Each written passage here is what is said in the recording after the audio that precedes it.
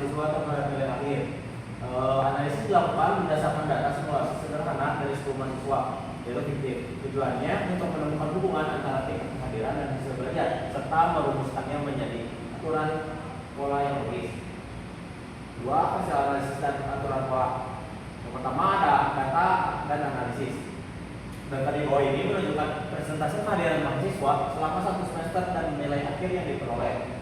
Ada responden 1, kehadiran 100%, nilai akhirnya 93, keterangannya sangat baik.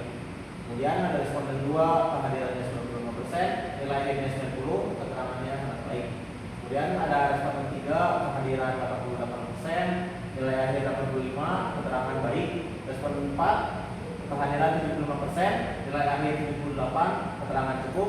Responden 5, kehadiran 60%, nilai akhir 65, keterangan kurang. Responden 6, kehadiran 90%, nilai akhir 88, keterangan sangat baik. Responden 7, kehadiran 70%, nilai akhir 72, keterangan cukup. Responden 9, kehadiran 55%, nilai akhir 60, keterangan kurang. Kemudian ada responden 10, kehadiran 60%, nilai akhir 70, keterangan cukup. Kemudian ada pola yang ditentukan. Pertanyaannya, apakah ada pola antara tingkat kehadiran dan nilai akhir? Jawabannya iya, ditemukan pada korelatif positif yang jelas antara kehadiran dan nilai akhir.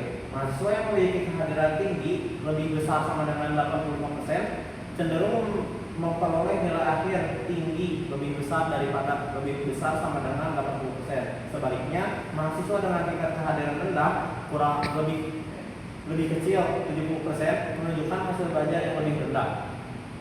Dari data tersebut terlihat bahwa setiap kenaikan sekitar 10% tingkat kehadiran berpengaruh pada peningkatan nilai sekitar 8-10 poin. Artinya, kehadiran berperan penting dalam memahami materi kuliah dan berdampak pada hasil akademik. Kemudian C ada aturan logis. Pertanyaannya, bagaimana aturan umum atau aturan pola yang dapat digunakan untuk memprediksi hasil belajar? Aturannya, jika kehadiran lebih besar sama dengan 80%, maka nilai akhir menjadi lebih besar sama dengan 80. Jika kehadiran 70 sampai 84%, maka nilai akhir menjadi 70 sampai 79. Jika kehadiran lebih kecil dari 70%, maka nilai akhir menjadi lebih kecil dari 75%. Ini cukup sekian. Kemudian ada pola yang kedua, yaitu pola aktivitas mahasiswa di media sosial dan produktivitas akademik dan data yang ditemukan ada 1, 2, 3, ada 6 data. Yang pertama itu ragil.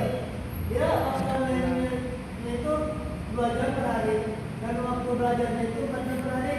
Maka jumlah tugas yang telah selesai itu per minggunya itu ada 6. Terus lanjut ada data yang kedua, bilang waktu online-nya itu 3 jam per hari, waktu belajarnya itu 3,5 jam per hari.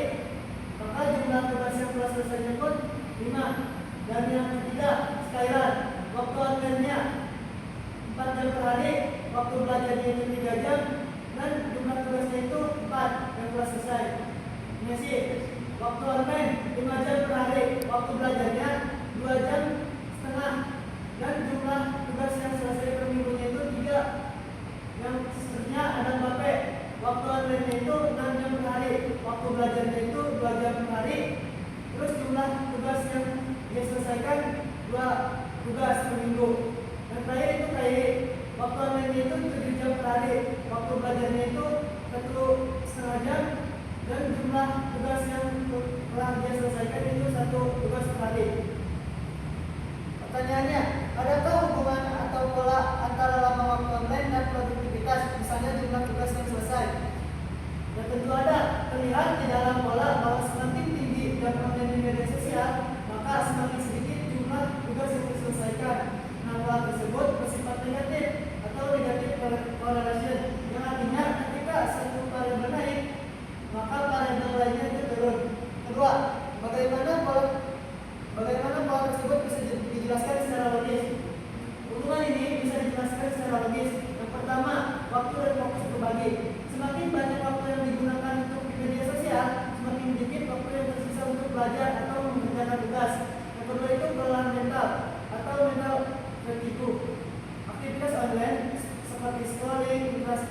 berinteraksi sosial digital itu dapat menurunkan konsentrasi dan semangat belajar.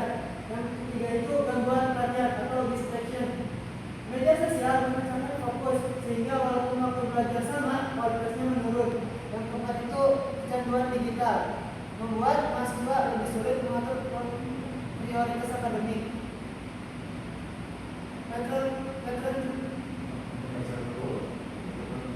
Metodologi itu terdapat hubungan negatif atau berbanding terbalik waktu online dan produktivitas. Peningkatan waktu online menyebabkan penurunan waktu belajar dan beban tugas yang diselesaikan. Waktu yang lebih banyak di media sosial mengurangi fokus, disiplin dan efisiensi belajar mahasiswa. Kesimpulannya, ada hubungan yang signifikan dan bersifat negatif antara waktu online dan produktivitas mahasiswa. Nah, jadi semakin lama waktu online, semakin sedikit waktu belajar. Dikarenakan semakin sedikit waktu belajarnya, maka tugas pun semakin sedikit yang diselesaikan. Nah, di sini yang ketiga pola jadwal tidur dan konsentrasi belajar. Yang ke satu adik namanya. Jam tidur rata-rata jam 11, jam bangun jam 6, durasi tidur 3 jam, kualitas tidur baik, tingkat konsentrasi saat belajar tinggi. Yang kedua running, jam tidur jam setengah 1, jam bangun jam 6 jam setengah 7, durasi tidur 6 jam, kualitas tidur cukup, tingkat konsentrasi sedang. Yang ketiga Bima, tidur jam 10, jam bangun jam 5, durasi tidur 7 jam, kualitas tidur baik, tingkat konsentrasi tinggi. Yang keempat Sinta, tidur jam 1, jam bangun jam 7, durasi tidur jam 6 jam, kualitas tidur kurang, tingkat konsentrasinya kurang rendah. Yang kelima Dewa, jam setengah 12, jam bangun jam setengah 8, durasi tidur 8 jam, kualitas tidur baik, tingkat konsentrasinya tinggi. Yang keenam Paras, jam tidur setengah 12, jam bangun setengah 5, durasi tidur 5 jam, kualitas tidur kurang, tingkat konsentrasinya juga sedang. Yang ketujuh Raffi, jam tidur jam 12, jam bangun jam 6, durasi tidur 6 jam, kualitas tidur cukup, tingkat konsentrasi sedang. Yang ketujuh Raffi, yang ke-8 Nia, tidur jam setengah 10, jam bangun setengah 6, durasi tidur 8 jam, kualitas tidur sangat baik, tingkat konsentrasi